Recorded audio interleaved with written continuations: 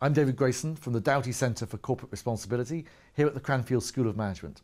And today I'm interviewing Professor Patrick Reinmoeller about his chapter in Cranfield on corporate sustainability. So Patrick, you're a professor of strategy management. How do companies move from having a separate sustainability strategy to the point where sustainability becomes the corporate strategy? I think very similar to what you've just addressed is the old dichotomy between strategy formation, having a great idea, and implementing it. And I think that it is not a good idea to separate these out.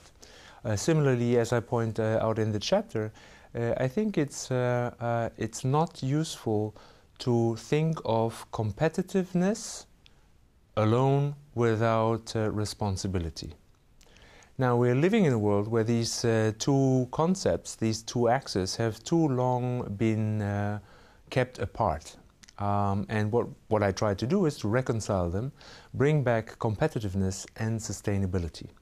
And in a nutshell, to answer your question, I think from the outset, firms need to pursue competitiveness responsibly.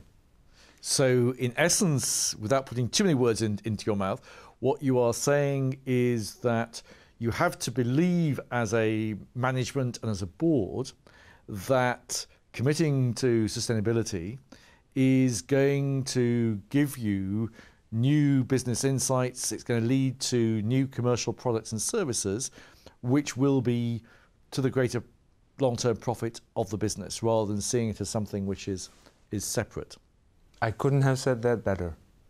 So what are the practical obstacles? Because it sounds very easy, but in practice, we see very few companies that are yet really succeeding in bridging that strategy implementation gap. So what are the, in your experience and drawing on earlier research in terms of strategy implementation, what are the challenges that typically companies are facing?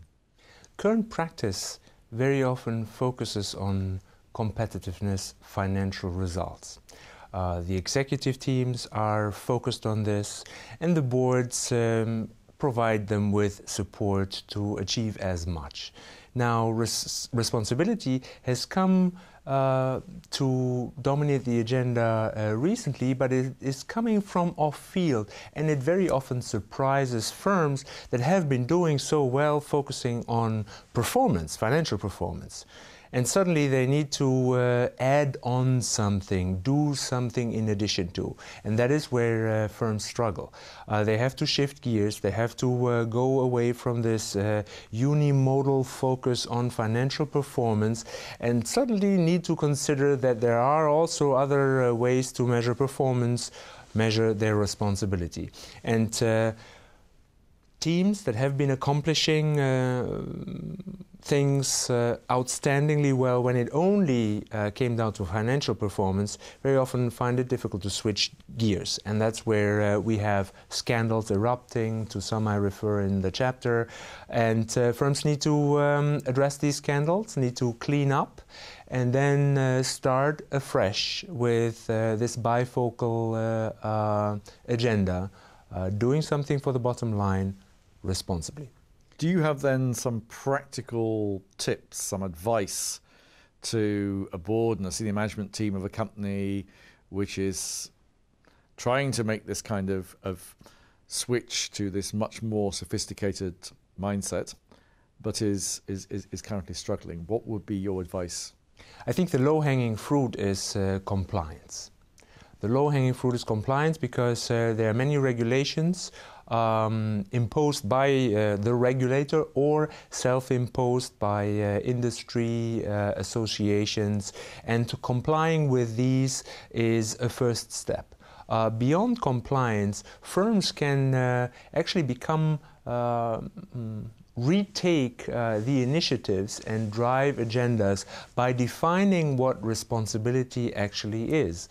If you take, for example, the case of Unilever, that suddenly has become one of the leaders in its initiative, in its bold approach to define what responsibility means for all the other firms, they kind of turn tables on their competitors, and I find that a very good approach. So in practical terms is comply first and then create the new rules of responsibility with others.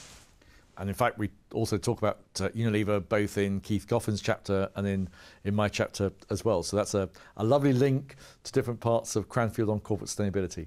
Patrick, thank you very much indeed. Thank you very much.